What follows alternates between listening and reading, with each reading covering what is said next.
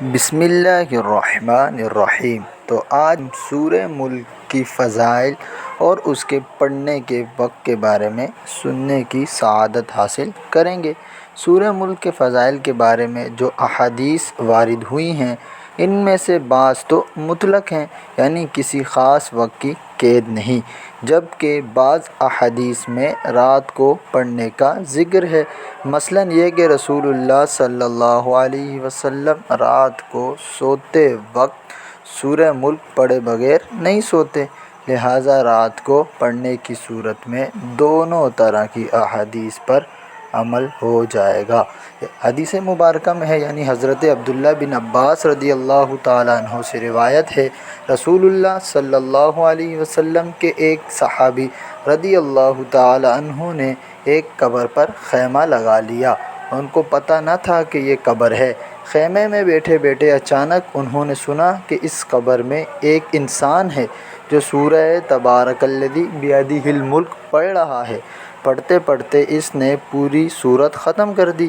یہ واقعہ انہوں نے حضرت رسول کریم صلی اللہ علیہ وسلم کی خدمت میں عرض کیا تو آپ صلی اللہ علیہ وسلم نے فرمایا کہ یہ سورت عذاب روکنے والی ہے، یہ سورت عذاب سے نجات دینے والی ہے، اس کو قبر کے عذاب سے بچا رہی ہے۔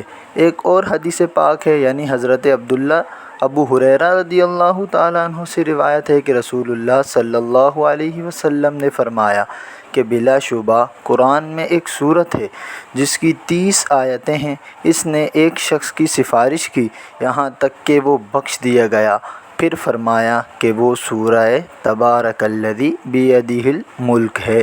ایک اور حدیث مبارکہ میں ہے، یعنی حضرت جابر رضی اللہ تعالیٰ عنہ سے روایت ہے کہ نبی کریم صلی اللہ علیہ وسلم سورہ سجدہ اور سورہ ملک پڑھے بغیر نہیں سوتے تھے۔ ان حدیث پاک سے ہمیں یہ معلوم ہوا کہ سورہ ملک بہت فضیلت والی سورت ہے، یعنی قبر کے عذاب سے بھی بچاتی ہے، اور میرے آقا علیہ الصلاۃ والسلام اس سورت کو پڑھے بغیر نہیں سوتے تھے۔ تو ہمیں چاہیے کہ ہم بھی سونے سے پہلے سورہ تبارک الذی بیدہ ضرور پڑھیں تاکہ ہمیں بھی قبر سے نجات دلوا سکے۔ اگر ویڈیو اچھی لگی تو شیئر کریں اور چینل کو ضرور سبسکرائب کریں۔ جزاک اللہ خیرا۔